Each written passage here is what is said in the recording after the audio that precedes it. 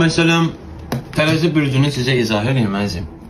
Tərəzi bürcü sistemi idarə eləmək üçün yaranan bir bürcdür. Sistemi, astrologiya sistemini. Yeganə bürcdür ki, bu bürcdə heç bir planet pis işləmir. Heç bir planet pislik eləməyi bacarmır. Yeganə bürcdür əzizim.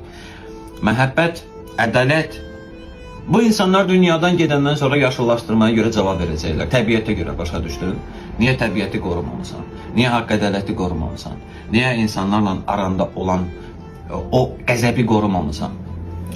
Gözəlliyin rəmzidir, şəhvətin rəmzidir, duyğusallığın rəmzidir. Bu insanlar özlərini gözəl görsətməyi sevmirlər, zaten kənardan gözəl görsənirlər.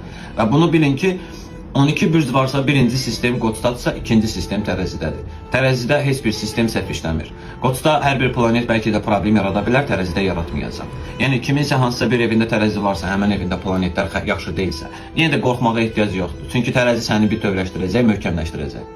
Yəni bunu bilin. Tərəzi sistemi idarə edir.